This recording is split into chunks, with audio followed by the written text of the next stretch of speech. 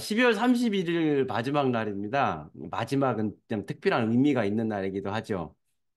때로는 일출을 보러 가는 분들도 많이 있으리라 생각이 들고요.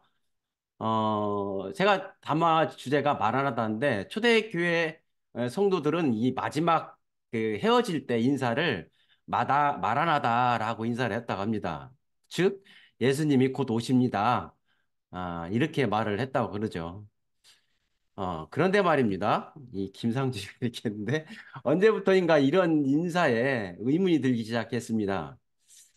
그래서 마지막 날이면 생각했던 것 중에 하나가 올해도 예수님은 안 오셨다. 내년에는 오실까? 어, 그런데 지금은 좀 그런 기대가 없습니다. 그러니까 차라리 잊고 살고 있다는 표현이 적절할지 모르겠습니다. 얘기했듯이 마라라라는 어원은 아람어로 음역한 것인데 우리 주라는 의미와 오다라는 동사가 합쳐져서 초기 교회에서 성도들이 예배 시에 때 사용했다고 하고요.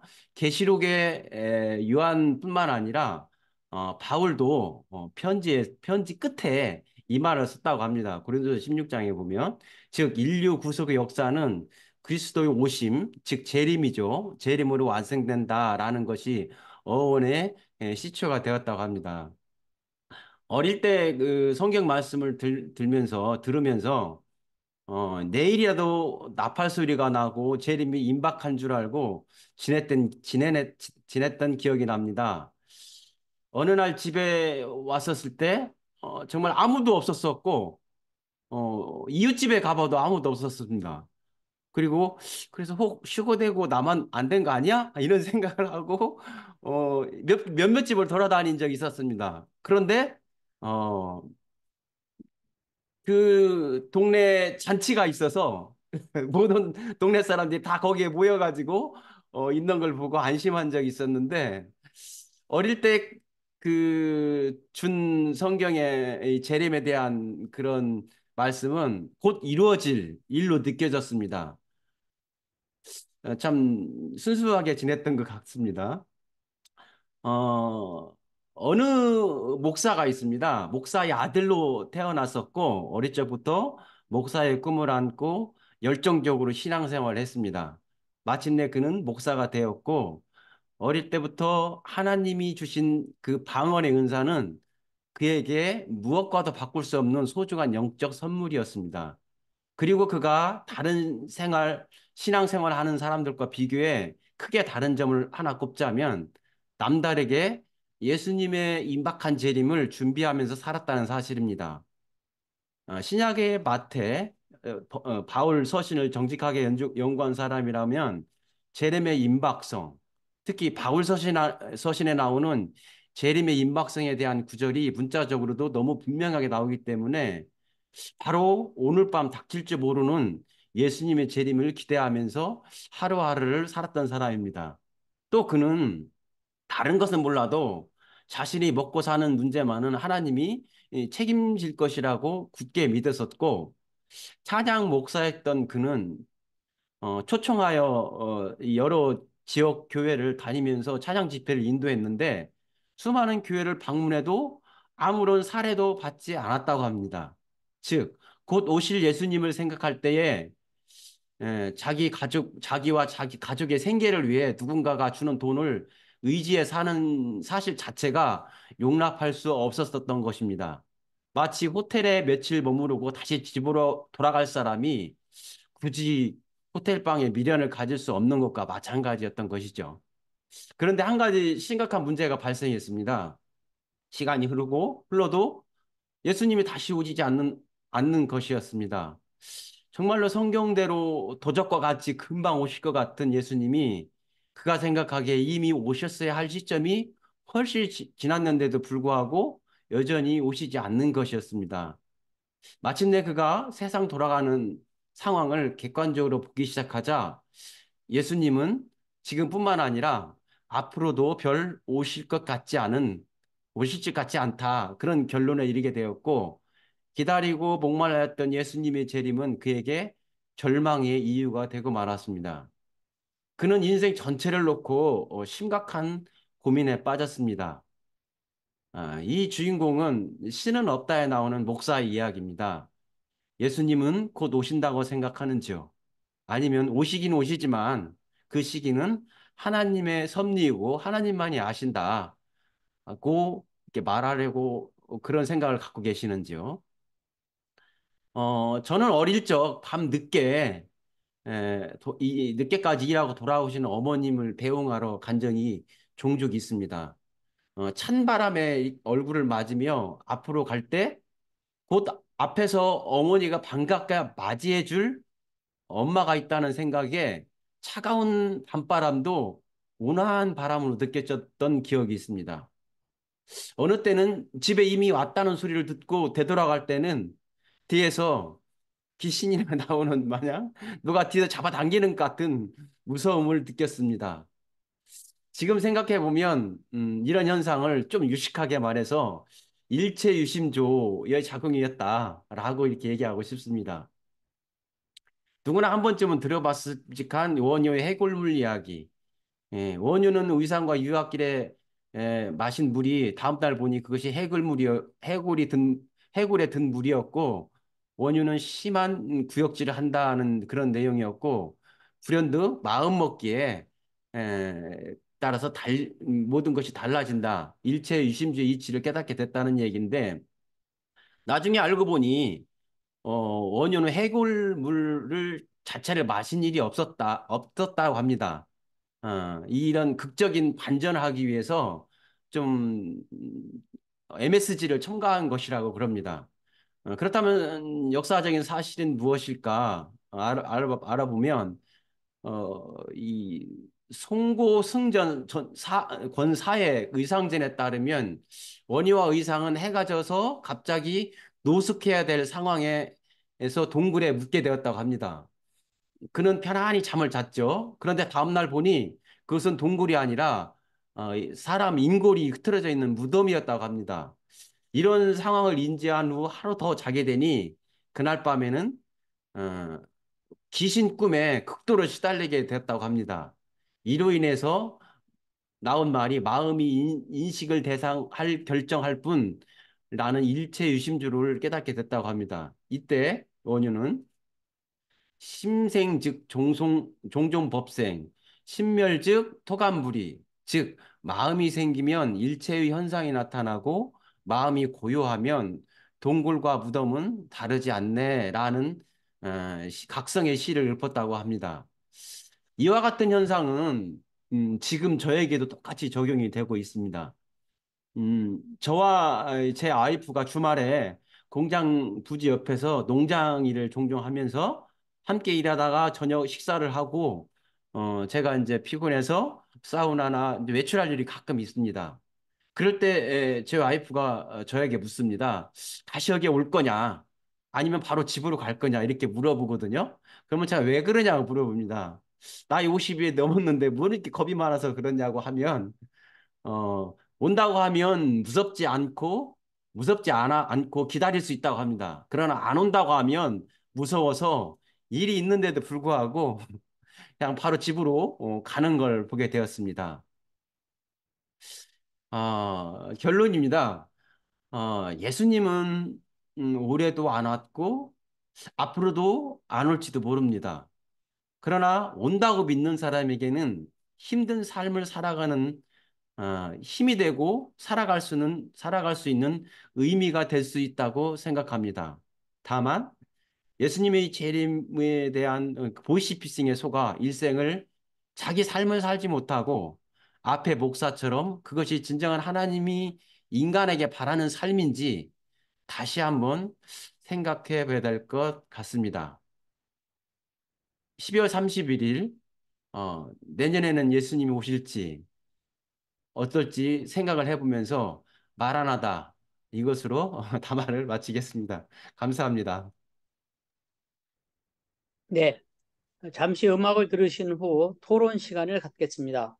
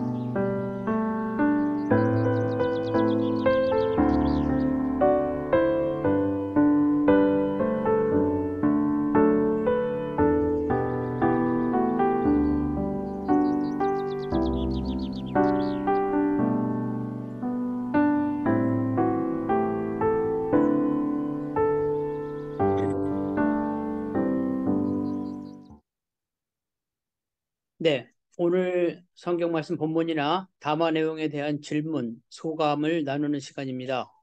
말씀하실 분은 마이크를 켜거나 화면 맨 아래 반응에 손 드는 표식을 클릭해 주시기 바랍니다. 많은 분들이 골고루 발언할 수 있도록 발언은 2분 이내로 해주시면 좋겠습니다.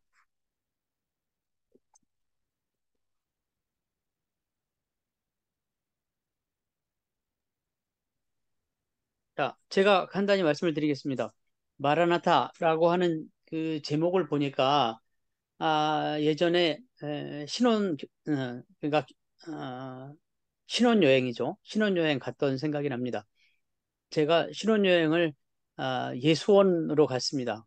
예수원으로 갔는데 그 수도원에 신혼여행을 간다는 게 사실 말도 안 되는 얘기인데 사전에 양해를 구하고 허락을 받아서 이제 그쪽으로 신혼여행을 갔거든요. 그때는 이제 김경일 신부님이 그때 거기 계시진 않았을 것 같고요. 어쨌든 신혼여행을 갔는데 그 예수원에서 이제 인사를 할 때 마라나타라고 인사를 합니다. 그래서 어, 거기서 지내다가 거기를 떠날 때 거기 있는 형제 자매님들이 마라나타 하고 손을 흔들어 주던 그때 생각이 납니다. 그래서 항상 그것을 인식하며 사는 사람과 인식하지 않은 사람들은 많은 차이가 있는 그런 느낌이 납니다. 여기 지금 그 김수일 형제님 마이크 켜주셨습니다. 네, 말씀해 주십시오. 예, 우리 형제님이 예수원 갔다 오셨다고 하는데 저도 한 5, 6년 전에 예수원 가서 일주일 살다 왔습니다. 하여튼 반갑고 우리 지금 박선배 형제님 이렇게 금방 마라나타 듣다 보니까 80년대 이게 엄청 들었었죠. 그때 저도 그런 이 전주에 와서 그 서달성 목사라고 하는 사람이 그 종말론 이걸 엄청 떠들고 다녔죠. 그 사람이 그 요한계시록과 다니엘서를 가지고 해석하면서 분명히 2000년 안에 예수는 오신다. 그게 갖고 많은 사람들에게 혹했는데 그 사람만 그런 게 아니라 조용기 목사 그 사람조차도 그 사람 방송을 내가 직접 들었거든요. 방송에 그 사람도 그 사람 얘기는 1992년도에 예수께서 오신다고 이렇게 방송에서 말했어. 설교에서. 그 사람 얘기는 뭐 구약 4천년, 신약 2천년, 그게 6천년이고 그 베드로가 말하는 하루가 천년 같고 천년이 하루 같다는 얘기를 빗대 가지고 그러면 6천년이면 6일이고 천지창조 7일째는 하나님이 쉬셨으니까 7천년 때 되면은 예수께서 오신다. 그래가지고 그 계산도 뭐 어떻게 해가지고 어 하여튼 뭐 92년도에 온다.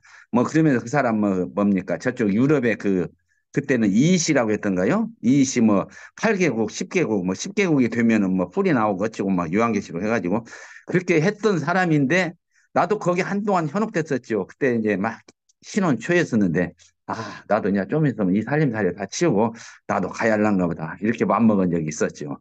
그래가지고 거기 올인했었죠. 그 무렵에 이제 그 조금 지난 뒤에 이제 다민성교회 이장님이라고 하는 사건이 있었죠. 그 사람도 똑같이 어쩌면은 그 조용기의 영향을 받았는지 그 사람도 1992년 10월 28일 날 온다고 난리가 났었죠. 그때 이제 나보다 조금 나이가 어린 사람인데 교회에서 같이 신앙생활했던 사람인데 거기에 다민성교회 푹 빠져가지고 전주에 지부가 2개 있었는데 이쪽 북부 지부장을 맡았어요. 그 사람이. 그러면서 나를 엄청 꼬셔댔지 오라고. 안 가니까 마지막에는 마지막 날 28일 날 되기 전에 너 와라. 나보고 오라. 오면은 지가 가면서 그때 휴거되지 못한 사람들이 있으니까 나머지를 나보고 그 사람들 거느리고 있으라고. 그래요. 그날 휴거되면 내가 그때 지부장 맡아가지고 내가 다 거느릴게. 그랬거든요. 그러면서 한다 소리가 내 재산 있는 거 자기, 자기가 나한테 다 줄 테니까 그 재산 나보고 가지라고. 그러길래 그랬죠. 야, 그 휴거 되기 전에 미리 나한테 다 이전해놓고 그 휴거 맞이라. 그랬더니 또 그렇게는 안 하더라고요. 하여튼 그 우리나라 이제 초대교회 사상은 그 사상이 이제 예수께서 곧 오신다고 하는 그 믿음으로 사람들이 버텨놨겠지요. 근데 지금도 그걸 바라는 사람 초대교회 때 그래서 제가 이제 그 사도행전 보면 이런 내용 있잖아요. 그 많은 성도들이 재산을 다 팔아가지고 사도들 발 앞에 갖다 놓더라. 그러면 사도들이 그것을 가지고 골고루 나눴었죠. 그 사람들이 왜 그랬을까? 생각해 본다면은 아마 종말론 예수님이 얼마 아니면 올 텐데 이 재산 가지고 있으면 뭐해? 빨리 팔아서 같이 나눠서 쓰자 그랬을 거예요. 그렇지 않고 만약에 지금처럼 예수님이 막 몇백 년 후에 몇천 년 후에 온다면 나도 먹고 살아야 하고 새끼들한테 물려줘야 하고 그렇게 해서 과연 그때 사도 그 성도들이 재산을 팔아서 사도들 발 앞에 갖다 놨을까? 그래서 그 중에 하나 대표적인 것이 아나니와 사피라라고 사람이 있죠. 다른 사람들은 다 재산을 팔아서 갖다 놓는데 자기도 재산이 있는 것을 다른 사람들이 다 아는데 자기만 안 갖다 바치기는 좀 쑥스럽고 눈치 보이니까 팔아가지고 반절은 내고 반절은 감춰놨던 것. 근데 이게 시대 사상인데 우리가 이제 맞아면 마지막 종말론 그 사상이 있으면 박 선배 형제님처럼 어떤 희망 바라보는 것이 있어가지고 그 있겠지만 그것도 없다고 한다면은 느슨해지지 않을까 그런 생각도 있는데 하여튼 2000년 전부터 지금까지 오신다고 했던 예수는 아직도 안 오시는데 저는 이 예수께서 다시 오신다는 걸 저는 믿습니다. 믿는데 어떻게 믿느냐면은 내가 죽는 날이 그분이 오시는 날이다. 저는 그렇게 믿고 있습니다. 감사합니다.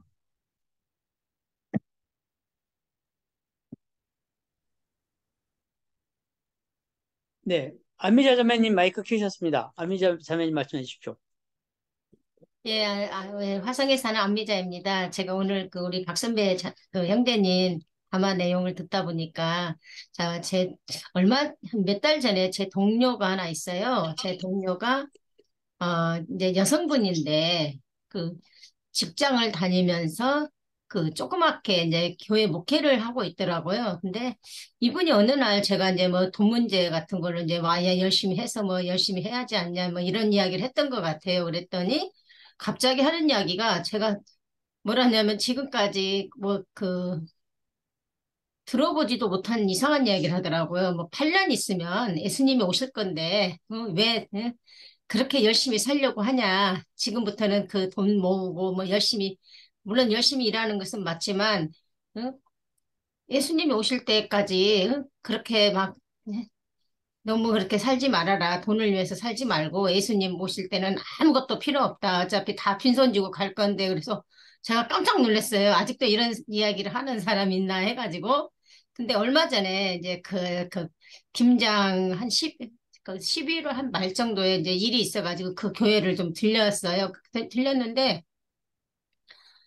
그 김장하신다고 그 남편분이 이제 그 김장 막 하고 계시더라고요. 근데 그 집 상황이 남편도 지금 그 항암 치료 중이시고 그분도 또 굉장히 이렇게 그 남편이 생활비를 벌지 못하기 때문에 여성분 막 혼자 직장 다니면서 목회하면서 이러면서 열심히 지금 살고 있는데 어?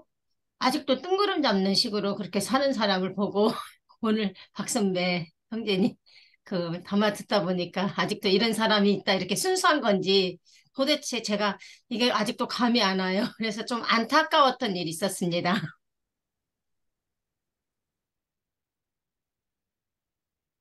그건 예수님 이래로 계속 그런 사람들은 계속 출연할 것 같습니다. 앞으로도. 네. 또 말씀해 주실 분 있으면 예. 네네. 네네. 이성용 형제님 말씀해 주십시오. 네, 오늘 그 박순배님 말씀 듣고 이야기 듣고 생각나는 게, 한 번쯤 이런 생각을, 두 가지 생각을 해볼 듯한 생각이 들었습니다. 첫째는 뭐냐면, 질문도 되기도 하지만, 예수라는 존재가 이 땅에 오면, 과연 지구의 기아, 뭐, 전쟁, 이런 모든 뭐 병든 자 70억, 80억이 전 세계 인구가 과연 평화로운 세상이 될 것인가? 아니면 지지파와 반대파로 인한 더 어떤 분란과 이 전쟁이나 어떤 지구의 어떤 혼란이 계속 오지는 않을까? 여러 가지 어떤 생각해 봐야 될 문제라고 생각합니다. 그리고 과연 예수라는 존재가 왔을 때 내 삶에서 무엇이 바뀌는가? 내가 뭐 영생을 유지할 수 있는가? 영원히 아프지 않는가? 아니면 내 삶이 과연 뭐 내가 생각한 행복대로 살 수가 있는가? 예수로 인해서. 아니면 내가 예수로 인해서 별 영향을 받지 않고 내 삶을 그대로 바뀌지 않고 살아갈 수 있는가?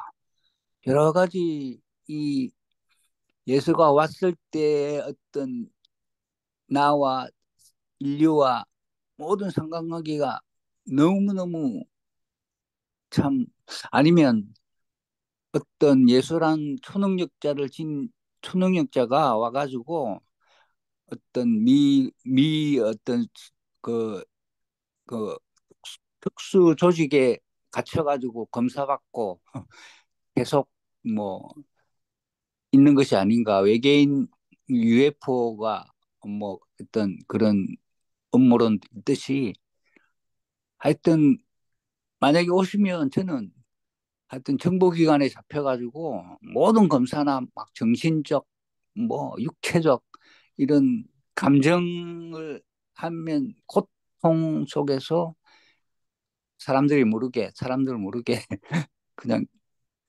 어 생을 마감하지 않을까 그렇게 생각도 들고 하여튼 좀 더 관념적인 어떤 예수가 오면 어쩌고 이런 생각보다는 실제적인 어떤 그런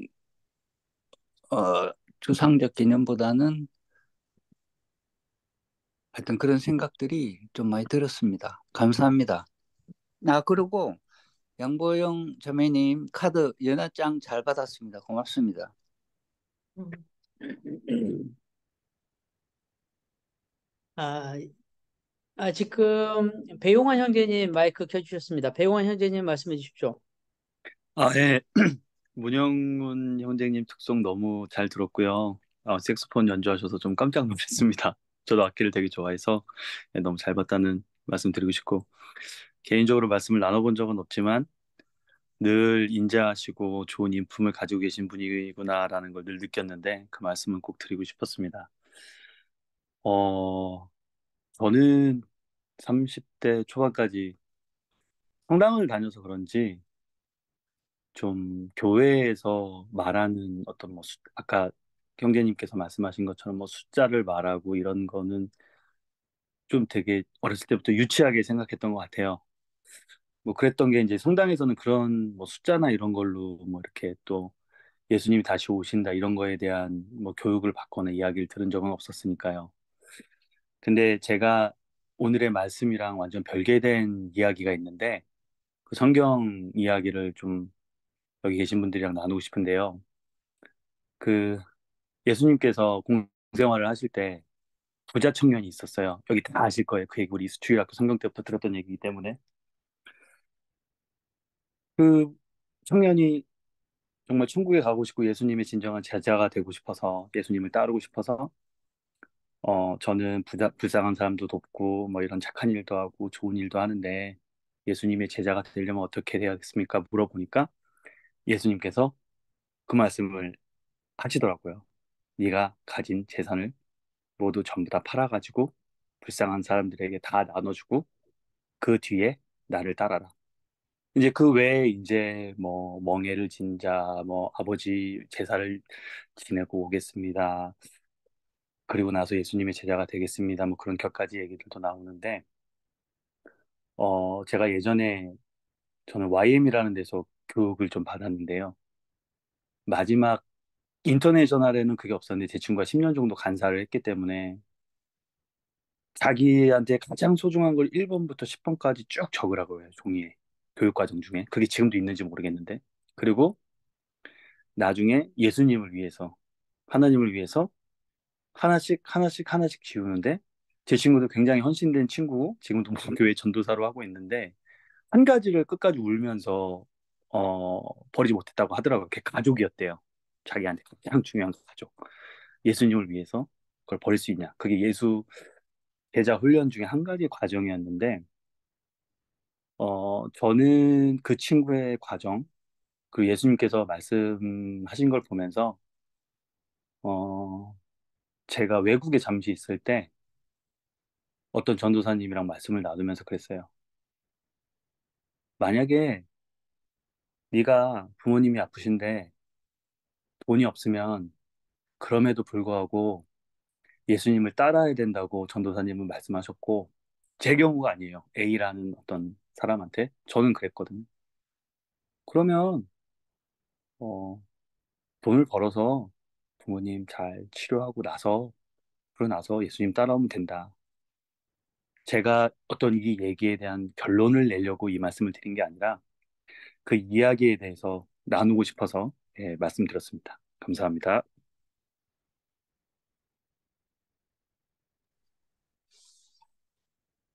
네, 감사합니다.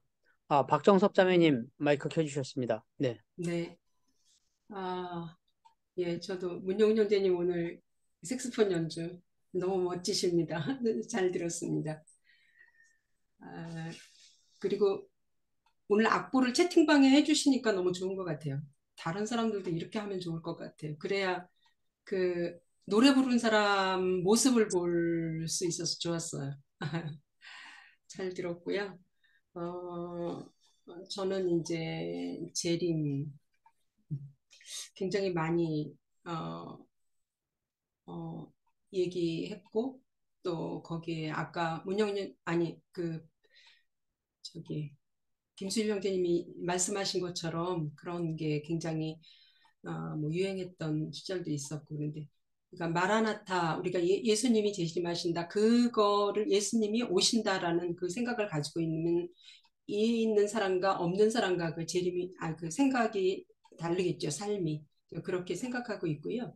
근데 그 예수님 재림이라는 것이 저는 꼭 어떤 현상적으로 나타나는 그 눈에 보이는 그런 물질의 세계로 나타나는 그런 것뿐만이 아니라 저는 이 땅에 천국이 임하고 하나님 나라가 임하는 그런 것도 재림이 아닐까 좀 그렇게 생각이 합니다. 그래서 신약에 나오는 뭐 산상수훈 같은 거 온유한 자는 복이 있나니 너희가 뭐 하나님 나라를 볼 것이야 뭐 이런 거 있잖아요. 그런 것들이 다 예수님 재림이 아닌가 생각이 되고요. 그게 하나님 나라가 임하는 거고 예수님이 오시는 거고 그렇고 그다음에 우리가 우리 안에 예수님이 재림하시는 거는 이제 천국에 임하는 것이기도 하지만 천국에 임하려면 우리가 예수님이 우리를 알려주시려고 모범을 따라 그 삶을 행하셨잖아요. 그것을 따라 우리가 행할 때 우리가 예수님이 원하시는 그런 모습으로 하나님이 원하시는 그런 모습으로 변하는 거 변해서 하나님 나라를 맛보는 거 그게 재림이라고 생각이 됩니다. 요새 제가 이제 묵상하고 있는 것 중에 시편이 있는데요. 96편을 보다가 여기에서 여호와의 이름에 합당한 영광을 그에게 돌릴지어다. 예물을 들고 그의 궁정에 들어갈지어다. 아름답고 거룩한 것으로 여호와께 예배할지어다. 온 땅이여 그 앞에 떨지어다. 이렇게 이걸 읽으면서 그 전에 같으면 예물을 들고 들어가라. 아름답고 거룩한 것으로 예배하라 했을 때 저는 옛날 같았으면은 내가 좋은 어떤 물질을 드려야 될까 이런 쪽으로만 생각했을 것 같아요. 근데 요새는 이거를 보면서 예물을 들고 궁정에 들어가라. 하나님 계신 곳, 그곳에 들어가라. 아름답고 거룩한 것. 이 예물이나 아름답고 거룩한 것이 저는 거의 동의어라고 생각이 되면서 예물이라는 것은 하나님이 원하시는 거, 하나님이 기뻐하시는 것일 것 같다는 생각이 들어요. 하나님이 기뻐하시는 것은 내가 어떤 물질을 드리고 눈에 보이는 그 형상적인 그런 거가 아니라 내가 하나님이 원하는, 예수님이 원하는 그런 모습으로 내가 변하는 거. 그 변한 거. 내가 2023년도에 무엇을 예수님 때문에 변했나, 무엇을 참았나, 이런 것들을 생각해 보면서, 이런 것들을 올해 23년에 예수님께 예물로 드린 거구나라는 그런 생각을 했습니다. 그래서 그런 예물을 드리기가 쉽지 않죠. 아까 김슬 형제님이 얘기했다시피 나는 죽었을 때 죽는 순간 예수님 재림이라고 생각한다 그랬는데 여기 저도 그거에 동의합니다. 어떤 육체적인 죽음뿐만 아니라 내가 그 전에 생각하고 있던 거 그런 것들에서 그런데 예수님의 그 뜻과 맞지 않는 거 그것을 내가 죽을 때 그럴 때 예수님 재림이 아닌가 저는 그렇게 생각합니다. 이상입니다. 예, 양보영 자매님 말씀해 주십시오. 네, 저는 성경을 갖다가 사실 있는 그대로 믿는 사람이기 때문에 재림이 꼭 있다고 생각합니다. 저는 이렇게 성경의 말씀 갖다 따로 막 변형해가지고 말하는 거 제일 싫어하거든요. 예수님이 꼭 오시리라고 생각합니다. 근데 시기를 갖다가 막 정해가지고 사기꾼처럼 막 그 이장님 목사님이 재산을 묻지 많이 획득하셨잖아요. 사기 치신 거죠, 그거는. 그래 교인들 재산을 다 뺏어갖고 자기 침대 밑에서 뭐 달러도 엄청 나오고 막 그랬다고. 그랬는데 그렇게 하면 안 되고 하여튼 예수님이 언젠가는 오십니다. 그래서 분명히 오시는 건데 이제 그때 일들이 다 그 예언된 것도 맞고 성경은 예언서기 때문에 제일 큰 예언이 예수님이 오시는 거라고 생각해요, 제가. 근데 이제 그 언젠가는 그 성경에도 말씀하셨듯이 언젠가는 니네들이 모른다. 모든 게 비밀이다. 그래서 언젠가는 우리가 살아계실 때 올 수도 있고 우리가 죽은다면 내가 죽는 날이 감히 예수님 오신다고 감히 말하면 큰일 날 것 같아요. 그런 거 어디 자기가 죽는 날이 예수님 오신다고 그걸 갖다 말하는 건 어성불설이고 예수님을 갖다가 살아서 맞이하는 사람은 가장 행복한 사람이라고 그랬어요. 예수님을 살아서 맞이하는 사람. 근데 뭐 내가 죽는 날 예수님이 오신다. 이건 말도 안 되는 소리라고 생각하고요. 그리고 또 아까 그 박형제님께서 얘기하신 것 같이 가족을 버리다라고 말씀하셨는데 가족 버리는 거 하나님 원하시지 않으세요. 가족 버리는 걸 원하시지 않고 부모를 잘 공경하면 너에게 장수의 축복과 물질의 축복을 주겠다 그랬잖아요. 근데 세상에서 지금 하는 게 성공이 무엇이냐, 이 삶에 대해서 성공이 무엇이냐고 생각하면요. 성공이라는 거는 내가 막 잘 내고 잘 되고 성공한 게 아니라 베푸는 삶. 베푸는 삶이 성공이라고 그러시더라고, 어떤 분이. 그게 저도 맞게 생각해요. 예수님이 한 게 이 성경을 읽어보면은 꼭 사람한테 네가 물질의 축복을 받으면 물질로 옆에 사람한테 도우고 또 하나님을 알면 알수록 그럴 때 옆에 사람한테 전하라, 전달하라. 전도의 목적이 있어요, 우리가. 아유, 죄송합니다. 전도의 목적이 있으니까 하나님 무슨 뭐 굉장히 많은 스페셜한 어, 지식을 주셨으면은 우리가 그걸 갖다 전도해야 될 의무가 있다고 생각해요. 그래서 이걸 갖다가 우리의 학식과 우리의 물질과 이런 걸 갖다 같이 나누면서 삶을 해야지 혼자만 누리며 살면 안 된다. 그래서 그 누리면 누릴수록 더 축복받는 경우가 많은 것 같아요. 여기 미국 사람들 굉장히 돈 많이 버는 사람들 보면은 누리면 누릴수록 더 하나님이 엄청 축복하고 이렇게 보면은 정말 선한 사람을 축복하지 물론 악질이 잘 돼가는 경우도 있어요. 언제 전두환이 같은 사람 그 악질도 굉장히 잘 됐는데 그건 잘 됐다고 말할 수가 없어요. 영혼이 어떻게 됐을지 뭐 물질의 축복이라는 건 말이 안 되니까 어떻게 됐을지 모르지만은 하여튼 간에 이렇게 해서 우리가 나는 그 성경 구를 갖다 순수하게 성경을 믿는 걸 갖다 원하고 성경을 갖다 저는 굉장히 성경을 갖다가 있는 그대로 믿는 사람입니다. 그리고 또 한 가지 제가 말씀드리고 싶은 거는 요건 좀 예외된 건데 요번에 이성균이 그 배우가 죽었잖아요. 그래서 제가 미국에서 한 욕인데 저는 깜짝 놀란 게 한국 사람하고 미국 사람하고 같이 있는데 미국 사람이 그 얘기를 꺼냈어요. 미국 할머니가 이성균 배우가 니네 나라으니까 코리안 역에 있었으니까 니네 죽었는데 너무 자기가 슬프대는 거야. 그 유명한 배우가 그리고 너무 자세하게 알고 있어요. 이 사람에 대해서. 그 신문에 이렇게 난 거예요. 몇 번 검찰에서 불려가가지고 오랫동안 거기다 가두고 말이야. 이렇게 했는데 막 그 사람 너무 슬퍼하면서 하는데 어떤 한국 애가 정말 너무 에듀케이티드 된 여자인데 그 여자는 윤석열이한테 미친 여자거든요. 막 화를 내면서 그 여자가 그 할머니한테 어? 코리안 거버먼트 있어. 아무것도 한지도 없다고. 막 그러면서 자기가 그 이성균이 왜 죽었는지도 몰라 그 여자는. 그거 5번에 그런 것도 이 미국 할머니보다 더 아무 지식도 없는데 그냥 무조건 죽은 걸로 그 거버먼트 욕하니까 이 한국 여자가 막 흥분해가지고 막 할머니한테 대드는 거서 내가 You shut your mouth 내가 그러면서 너 말이야 지금 이 사람들 창피하게 절대 얘기하지 말라고 내가 나중에 설명해 줄게 이 사람 왜 죽었나 윤이 죽인 거랑 똑같다 내가 그래갖고서는 이 사람 내가 세게 좀 얘기해갖고 했는데 미국 사람이 슬퍼하는데 한국 사람이 그 안 슬퍼하는 걸 보고 내가 너무 가슴이 아팠어요. 그래갖고 내가 이렇게 악질들이 이 세상에 있나? 난 정말 그게 악인으로 보여요. 그렇게 되는 게. 윤을 좋아하는 사람은 악인으로 보여요. 그러니까 내가 정말 여기 하나님을 정말 아는 사람은 그런 판단력이 있어야 되는데 그렇게 있을까? 그리고 하여튼 횡설설해서 죄송합니다. 그래서 제가 지금 말하는 그 생각에 지금 너무 그 열받친 게 생각이 나가지고 얘기했습니다. 저는 순수하게 예수님 오는 것 같다 싶고 제가 살았을 때 오시면 감사하겠습니다. 감사합니다. 아니, 이만 마치겠습니다. 네, 마라나타. 이제 우리가 주님께서 다시 오시기를 기다리고 있는데, 그 상태를 어떤 상태여야 하고, 또 우리가 바라는 것이 정말 어느 예수님을 기다리고 있나 생각하게 되고요. 아까 그 이승용 형제님 말씀하신 것처럼 이미 다녀가셨는지도 모르겠습니다. 다녀가셨는데 정보기관에서 다 잡아놓고 가둬놓고 그래 버렸는지도 모르겠습니다. 그 이미 다녀가신 분을 기다리고 있는 게 아닌가 뭐 이런 생각도 해봅니다. 네, 다른 분 말씀하실 분 있으면 말씀해 주십시오. 네.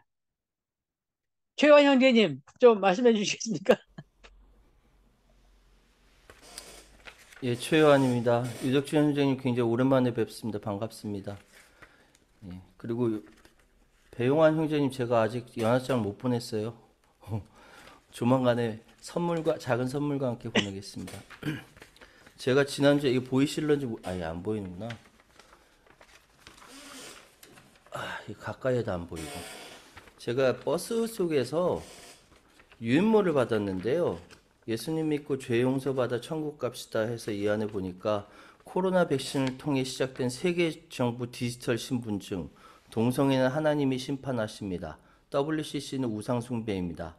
시대의 표적 예수님 재림, 한국의 이슬람화와 이단의 미혹을 막자, 베리칩, 666이다. 그리고 뭐 때가 임박했다. 그래서 이걸 나눠주더라고요. 그래서 제가 이거 이제 사람들이 많이 없어가지고 이거 받으면서 내가 아저씨였어요. 한 60대가 좀 넘은 70대 다 되는 어르신이 나와서 어르신 이거 이렇게 나눠주면은 이제 사람들이 예수님을 믿을 것 같아요? 라고 이야기했더니 그분이 하신 말씀이 제일 중요한 이야기가 들어있다고 꼭 보시라고 얘기하는 거예요. 아휴, 그래서 받아서 이렇게 가져왔어요. 아까 김수일 형제님이 조 매독에 대해서 말씀을 해주셨죠? 예. 조 매독에 대해서는 제가 할 얘기가 없습니다. 사람들은 조 다윗이라고 부르지만, 예, 조 매독에 대해서는 정말 제가 할 말이 없습니다. 열매를 보면 그 자식들이 하는 걸 보면은, 예, 그 사람이 어떻게 살아왔는지 알 수가 있죠. 예. 창조와 타락과 구속과 구원 이 네 가지를 사영리라고 합니다. 사영리라고 해서 많은 기독교인들 우리들이 다 알 거예요. 많이 들었을 거고 거기에 맞춰서 우리가 어렸을 때부터 교회에서 세뇌 당하다시피 우리가 하나님이 창조하셨고 죄를 지어서 타락을 하게 됐고 그것 때문에 예수님께 십자가에 돌아가셨고 부활하셨고 그 부활하시고 우리를 구원하셨다. 결국 이 땅에 재림하신다가 기본 구도고 거기에서 벗어난 믿음이라는 것은 이단이라고 표현을 합니다. 여기 보니까 나눠준 유인물을 보니까 이단을 조심하고 가까운 교회에 나가세요 라고 얘기하는데 저는 지금 성경을 저는 양보영 자매님의 신앙에 대해서 존중을 해요. 근데 다른 사람이 내가 죽는 것을 재림이라고 생각한다. 그 자체는 어불성설이라고 이야기하는 것은 교만이라고 생각합니다. 다른 사람의 신앙을 단죄하지 않았으면 좋겠어요.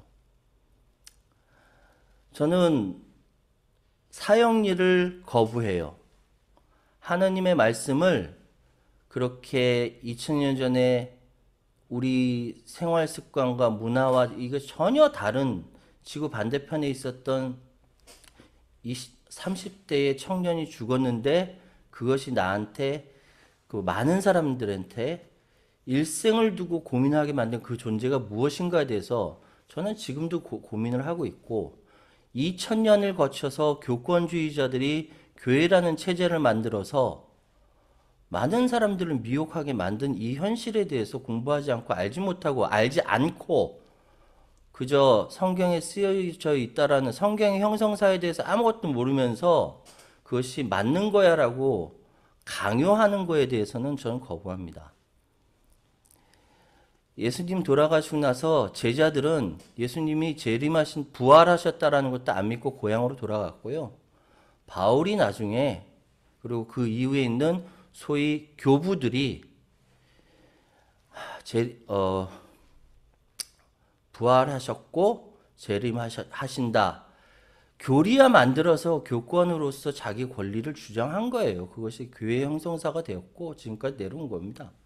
전 그렇게 인식하고 있고 생각하고 있고 내 신앙은 어디에서 찾아야 되는지 지금도 고민하고 있어요. 저는 하느님을 믿습니다. 언제 오실지 모르니 예수님의 재림이 아니라 정말 힘없고 내가 지금 당장 죽어도 당장 구원하지 못하는 약한 신으로서 예수를 믿어요. 그분이 나랑 같이 일생을 걸어왔고 앞으로도 걸어갈 것이라고 저는 고백을 합니다. 제 과거의 역사는 예수가 나를 얻고 온 역사라고 고백을 합니다. 그래서 앞으로 내가 어떻게 살지 모르겠지만 그래도 내가 아플 때 나랑 같이 옆에서 아파하실 걸로 고백을 합니다. 내 하느님은 그래요. 다른 분의 하느님은 어떨지 모르겠는데 내 하느님은 그래요. 예수님이 재림하실 때 한국 사람의 얼굴로 재림하실까요? 구름 타고 오신다고 했잖아요. 지구 반대편으로 오시면은 한국에 중계를 해줄까요? TV 중계를 해줄까요? 어떻게 오실까요? 신앙은 성장해야 되고 성장한 그 믿음으로 정직하게 이야기하고 정직하게 대화하고 정직하게 나눠야 한다고 저는 생각합니다. 감사합니다. 네. 여기 시드니에서 유덕준 형제님이 접속을 하셨는데 혹시 오늘 말씀해 주실 게 있으면 간단히 말씀해 주십시오.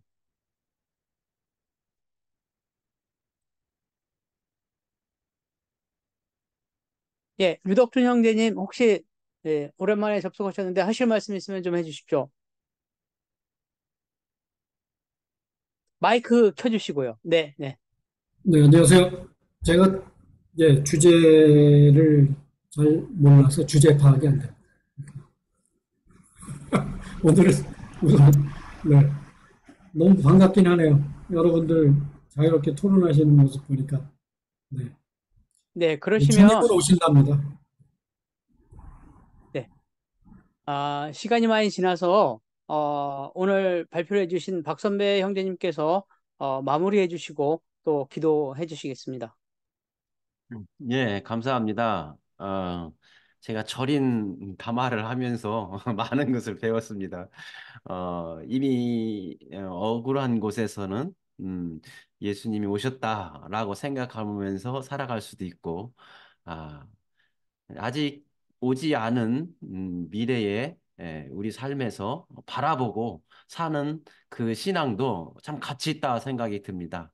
어, 배우 이선균의 그 삶에서 좀 바라볼 수 있는 그런 것이 있었다면 조금 더 위안의 희망의 창구가 되지 않았을까 그런 생각도 해보고요.